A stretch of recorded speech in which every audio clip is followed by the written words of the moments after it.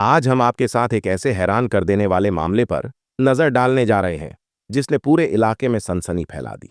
ये कहानी है एक भाई और बहन की, जिनके रिश्ते की इम्तिहान ऐसी घड़ी में हुआ कि सोचकर ही रूह कांप जाती है। आज हम बात करेंगे भाई भोला और बहन श्वेता के उस केस के बारे में जिसने रिश्तों की परिभाषा पर ही सवाल खड़े कर दिए। यह घटना उत्तर प्रदेश के एक छोटे से गांव की है, जहां आज भी लोग खेतीबाड़ी करके अपना गुजर बसर करते हैं। यहाँ की सुनसान पगडंडियां और घने जंगल आज भी उस घटना की गवाह हैं जिसने दो परिवारों को तहस नहस कर दिया। इस कहानी की शुरुआत होती है श्वेता नाम की एक खूबसूरत लड़की से। श्वेता ने अभी अभी इंटर की पढ़ाई पूरी की थी और घर पर ही थी। उसके पिता एक किसान थे जो खेतीबाड़ी करके परिवार का पेट पालते थे। माँ गृहिणी थीं, घर गृहस्थी संभालती थीं। श्वेता का कोई सगा भाई नहीं था, इसीलिए उसके पिता ने अपने बड़े साले के बेटे भोला को घर पर रख लिया था। भोला जैसा नाम, वैसा ही स्वभाव, एकदम सीधा सादा, चुपचाप रहने वाला लड़का। घर का कोई भी काम हो, भोला बिना किसी शिकायत के कर देता था। श्वेता हमेशा भोला के साथ लगी बजी रहती थी। दोनों साथ में खाना खाते, साथ में काम करते और रात में एक ही कमरे में सोते। भोला को श्वेता के साथ एक अजीब सा लगाव हो चुका था, लेकिन श्वेता उसकी भावनाओं को समझ नहीं पाती थी। वह भोला को बस अपना भाई मानती थी, कुछ और नहीं। समय बीतता गया।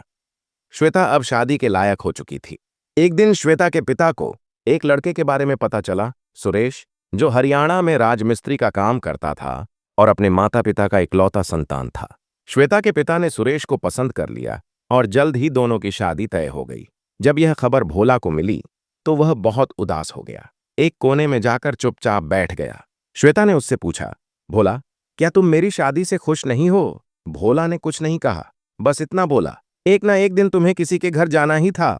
कुछ ही दिनों में धूमधाम से श्वेता और सुरेश का विवाह हो गया और श्वेता अपने पति के साथ ससुराल चली गई।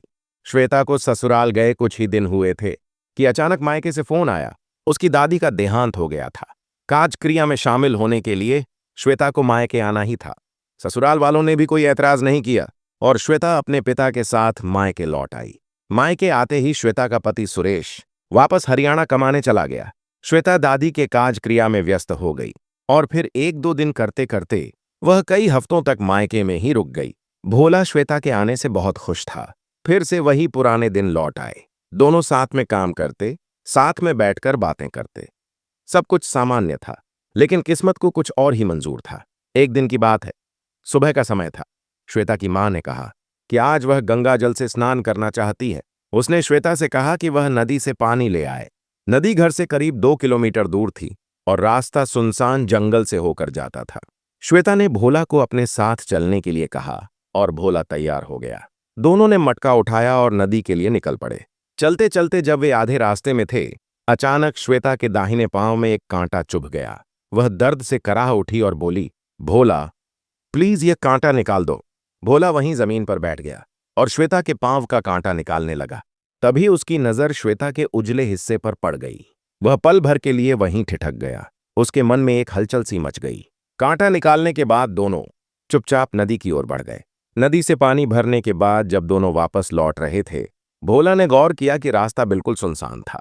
चारों तरफ वीराना पसरा हुआ था, कहीं कोई नहीं था। यही मौका देखकर भोला ने श्वेता से वह चीज मांग ली जो कभी भाई बहन के रिश्ते में मांगी नहीं जाती। श्वेता ने एक पल में समझ गई कि भोला क्या चाहता है। वह हैरान और परेशान हो गई। बोली, अरे भोला, तुम मेरे भाई हो, मैं शादीशुदा हूं, मेरा पति है, तुम यह क्या मांग रहे हो? लेकिन भोला पागलों की तरह उससे विनती करने लगा। बोला, श्वेता, जब से मैंने तुम्हारा वह उजला भाग देखा है, मुझसे रहा नहीं जा रहा। प्लीज, बस एक बार, तुम्हारे पति में और मुझ में क्या फर्क है? वह भी तो तुम्हारे साथ यही सब करता होगा। श्वेता ने समझाने की कोशिश की। भोला, ऐसा नहीं चलता, ये गलत है। तब भोला ने कहा, मेरा आज बहुत मन कर रहा है, प्लीज बस एक बार, मैं वादा करता हूं दोबारा नहीं मांगूंगा। श्वेता ने सोचा, शायद एक बार से कुछ नहीं होता।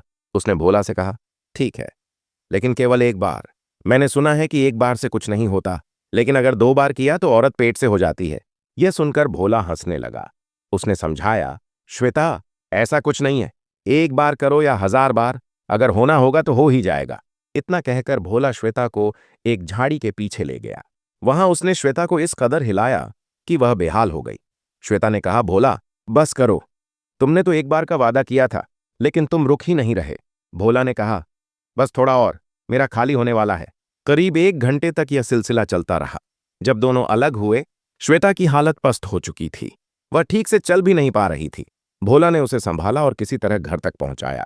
श्वेता घर पहुंची और सीधे अपने कमरे में जाकर लेट गई। उसकी मां ने पूछा तो उसने थकान का बहाना बना दिया। अगले 2 दिनों तक ज्यादातर श्वेता बिस्तर पर ही लेटी रहती थी। 1 हफ्ता बीत गया। एक रात श्वेता की मां पड़ोस में शादी समारोह में गई हुई थी। घर पर सिर्फ भोला और श्वेता थे। अचानक श्वेता का मन बेचैन हो उठा। वह चुपके से भोला के कमरे में चली गई। उसने भोला से कहा, भोला, उस दिन तुमने मेरे साथ जो किया वो तुम्हारी मर्जी से हुआ था। मेरी कोई इच्छा नहीं थी, लेकिन आज मेरी इच्छाएं जाग चुकी हैं। क्या तुम फिर से वही करोगे? भोला हैरान रह गया, लेकिन उसने मना नहीं किया। उस रात दोनों ने अपनी अपनी इच्छाओं को पूरा किया। श्वेता को शादी के बाद पहली बार ऐसा आनंद अनुभव हुआ। उसने भोला से कहा, भोला, मैं तो तुम्हें अनाड़ी समझ रही थी, लेकिन तुम तो खिलाड़ी निकले। इसके बाद 4 महीने तक भोला और श्वेता चोरी छिपे मिलते रहे। उनका यह अवैध संबंध चलता रहा। फिर एक दिन श्वेता का पति सुरेश प्रदेश से लौट आया और सीधा ससुराल पहुंचा।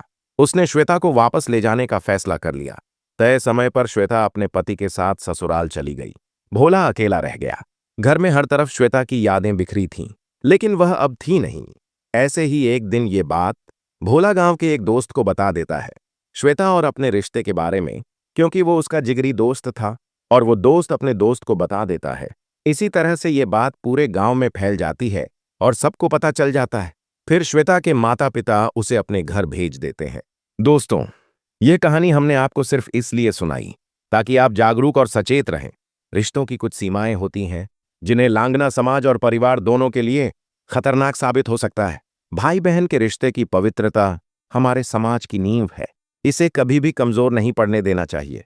इस कहानी का मकसद किसी के दिल को दुखाना या किसी को परेशान करना नहीं है।